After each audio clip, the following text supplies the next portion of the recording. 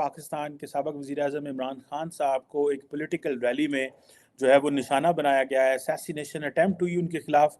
शुक्र अल्हम्दुलिल्लाह वो बच गए हैं। उनके पाँव पे गोली लगी है और उस गोली के ज़ाहिर बात है उसके साथ-साथ उनके कंटेनर पे और भी काफ़ी सियासतदान थे।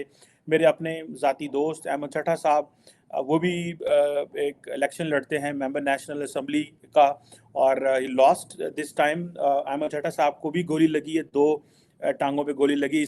मैं खान साहब के बिल्कुल साथ खड़ा था। अहमद चट्टा साहब थे, उसके साथ खान साहब थे, तीसरा मैं था। हमें तो यकदम फायरिंग की आवाज आई है और ये खान साहब का खून है। ये खान साहब का खून है सर। फायर इधर से निकला, इधर से लगा और इधर से निकला है। मैं मुस्तनसर साहिब ये मैंने खान साहब को वहाँ से उठाया और हॉस्पिटल गए। अल्लाह ताला उनको लंबी। इस तरह से पाकिस्तान का इतिहास रहा है।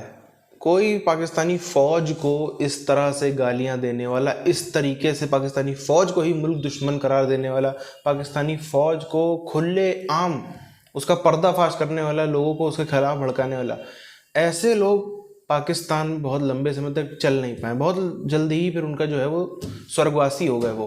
इसी तरीके से कैसे इमरान खान इतने लंबे समय तक चल गया, बहुत बड़ा सवाल है। जो लोग खास तौर पर पाकिस्तान पर नज़र रखते हैं उनके लिए बहुत बड़ा सवाल है कि ये इतने दिन तक आखिर बच कैसे गया। अब भले ही बच गया, भले ही फौज नहीं करवाया, लेकिन चांसेस ज़्यादा हैं जब पैरों पे गोली लगी है, पैरों पे गोली लगवाने वाली गलती फौज तो कतई नहीं करेगी। मैं उसको पैरों पे गोली मार दे और ये जिंदा रह करके सबको अपना जख्म दिखाए और हमारे जो है वो जख्म बड़े बड़े कर दे। ये खुद से इस व्यक्ति की साजिश है, खुद से उसने सिंपैथी गेन करने के लिए किया है और गारंटीड ये जो मोहरा है एकदम सटीक चला है इमरान खान ने। अब पाकिस्तानी फौज को जो है ना आटा दाल का भाव पता चलने वाला है पाकिस्तान के अंदर। इमरान खान की पार्टी के एक सेनेटर हैं, उनको भी गोली लगी है। एक यंग लड़का है, उसका जो पता चला है कि वो कह रहा है कि जिसने गोली चलाई है वो ये कह रहा है कि मैंने इसलिए गोली मारी क्योंकि इमरान खान साहब नफ़रत फैला रहे थे, वो नफ़रत की सियासत कर रहे थे और मुझे अच्छा नहीं लगा तो मैंने उनको कत्ल की जो है वो अटेम्प्ट कर दी। अब ज़ाहिर बात है वो ये कह रहे हैं कि मैंने मेरा किसी से और कोई लड़ाई नहीं थी, मैंने ये सारा जो किया है ये इमरान खान के लिए, मैंने इमरान खान को टारगेट किया है। ये हम बिल्कुल खान साहब की बैक साइड पे खड़े थे और सामने से एक लड़का था, उसने काला यूनिफॉर्म पहना हुआ था, जैकेट पहनी हुई थी और उसके हाथ में मोदर था। उसने फायर किया और अल्लाह का शुक्र है कि जो उसके साथ एक लड़का था उसने उसका पकड़ के बाजू नीचे किया है और फायर ऊपर की बजाय नीचे टांगों में चले गए। मैं तो कंटेनर में था, खान साहब के साथ उनको उठाया और अल्लाह ताला ने करम किया और खान साहब को 3-4 फायर लगे हैं टांगों पे। यहाँ पर हम जब मौजूद थे, कंटेनर के पीछे हम आ रहे थे तो इस साइड तो लोगों ने जो गोलियां चलाई हैं, हम ये कहते हैं हमारे हौसले इन गोलियों से नहीं टूटेंगे। राना सनाउल्लाह ये बात याद रखना, अगर खान साहब को कुछ भी हुआ तो खुदा की कसम तेरे घर में घुसकर तेरे बच्चों से इंतजाम लेंगे।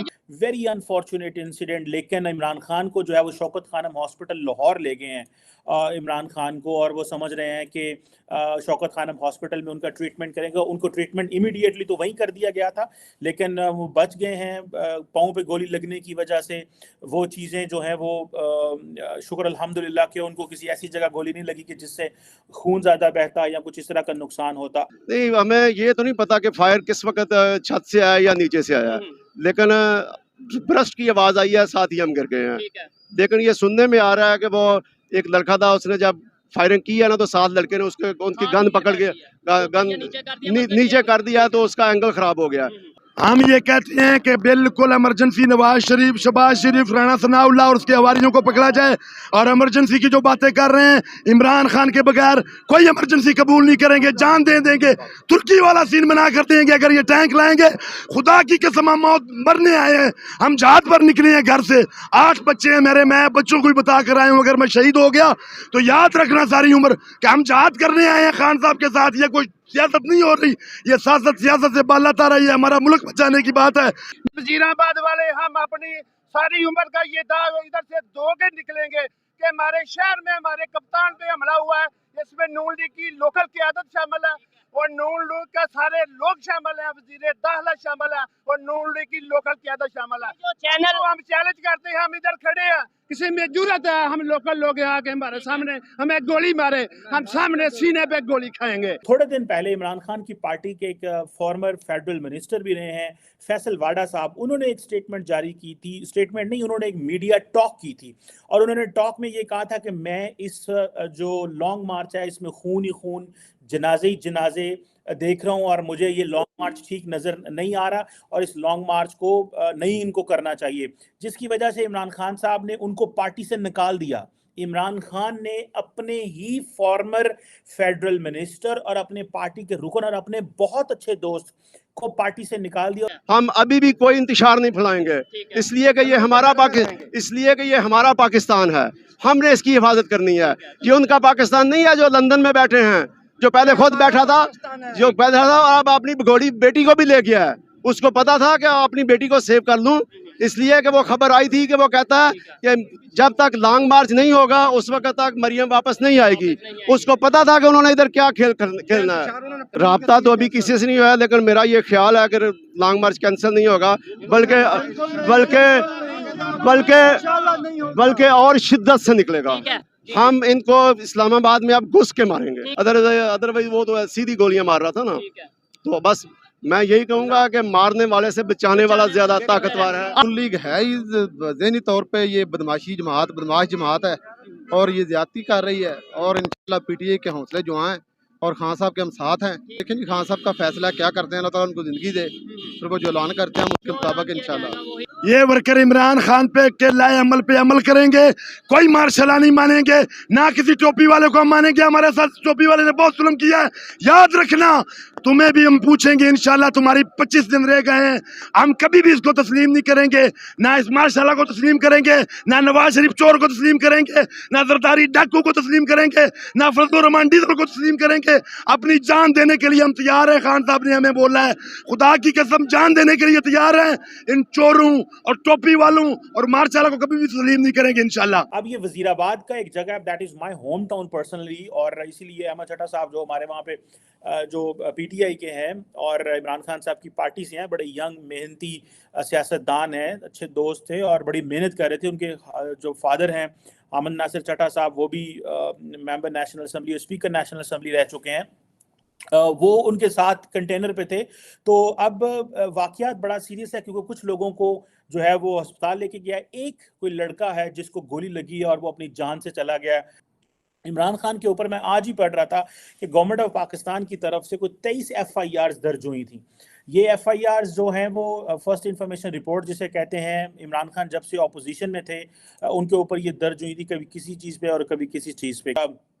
कोई शाम को 3-4 बजे या 2 बजे के करीब अपना लॉन्ग मार्च शुरू करते थे, रात को 9-10 बजे लॉन्ग मार्च ख़त्म करते थे। और ये वो GT रोड है जिसे हम ग्रैंड ट्रंक रोड कहते हैं, जो पेशावर से चलता और कराची तक जाता है। भारत में कुछ नेताओं को जो CM पद के हुए अलग अलग बड़े बड़े पदों पर हैं, उनको हमने देखा कभी अपने आप को थप्पड़ खिलवाते हुए, कभी अपना पैर तोड़वाते हुए, कभी अपने ऊपर चक्कू चलवाते हुए, और जैसे ही चुनाव का रिजल्ट आता वैसे ही उनके पैर ठीक हो जाते, वो अच्छे खासा चलने लग जाते। तो वो सब देख करके तो सबको लगता था कि क्या है ये सब ड्रामा है, ये सब करके, और पब्लिक भी उनके पीछे जो उनके सपोर्टर फैन बेस है उनको लग रहा है कि हाँ सही में हमारी नेता पे हमला हो गया। तब सबको दुख होता था। लेकिन आज मानना पड़ेगा, अगर वो ना हुआ होता और इमरान खान की किसी चेले चपाटे ने वो सब ना देखा होता तो वो इमरान खान तक बात पहुंची भी ना होती। अब वो बात इमरान खान तक कहीं ना कहीं किसी भी माध्यम से उसको किसी चेले चपाटे ने पहुंचा देख के बताया होगा कि भारत में तो ऐसा ऐसा कुछ राज्य के नेता करते हैं, आप भी करो। उसके बाद जब भारत में इतना ज़बरदस्त जन समर्थन आ जाता है और सब चुनाव जीते हैं, आप देखो जितने जितने नेताओं ने ये कराया सब बहुत प्रचंड लहर के साथ में वो चुनाव जीते हैं। तो भारत में जब ये हो सकता है तो पाकिस्तान में तो ऐसा है कि अगर आपने किसी को एक शब्द भी बोल दिया और उसको गैर मुसलमान घोषित कर दिया, भले ही वो कितना ही पक्का वाला मुसलमान हो, तो भी पब्लिक उसके खिलाफ हो जाती है। तो वहाँ पर तो फिर पूरी भीड़ अपने घरों से निकल पड़ेगी, लोग तोड़फोड़ पे उतर आएंगे, और वही अभी होने भी वाला है। पाकिस्तान में कई जगहों पर अभी रिसेंट खबर आ रही है, कई जगहों पर PTI के कार्यकर्ता इतना ज़्यादा गुस्सा गए, कई जगहों पर तोड़ फोड़, आगजनी, सरकारी दफ्तरों पर खास तौर पर बताया जा रहा है अगला निशाना पाकिस्तान की पुलिस या फिर कहीं फौज दिख जाए तो वो भी हो सकते हैं, उनको भी पाकिस्तान के जो PTI कार्यकर्ता है वो बना सकते हैं। क्योंकि पहले ही आप देखो कैसे कैसे नारे लिखते थे, बाजवा से लेंगे आज़ादी, बाजवा को कुत्ता तक बोला था। ये सब बाकायदा पीटीआई के झंडे लहराते हुए लोगों ने बोला, पीटीआई के सपोर्टर्स ने बोला। तो अब तो उनको वजह मिल गई है। पहले तो ये सब ड्रामा करते थे ना, इम्पोर्टेड हुकूमत, ये हुकूमत, वो हुकूमत, पर जो एक कॉमन माइंड है उसको लगता था क्या है, ठीक है होगा, इसके लिए घर से थोड़ी निकल पड़ूंगा, इसके लिए हथियार लेके थोड़ी निकल पड़ूंगा। लेकिन अब वो मौका मिल गया है, अब वो बचा है पब्लिक के पास में कि वो किसी भी हद तक जा सकती। किस हद तक वो हमें आने वाले वीडियो में पता चलेगा, क्योंकि जैसे जैसे खबर आती जाएगी।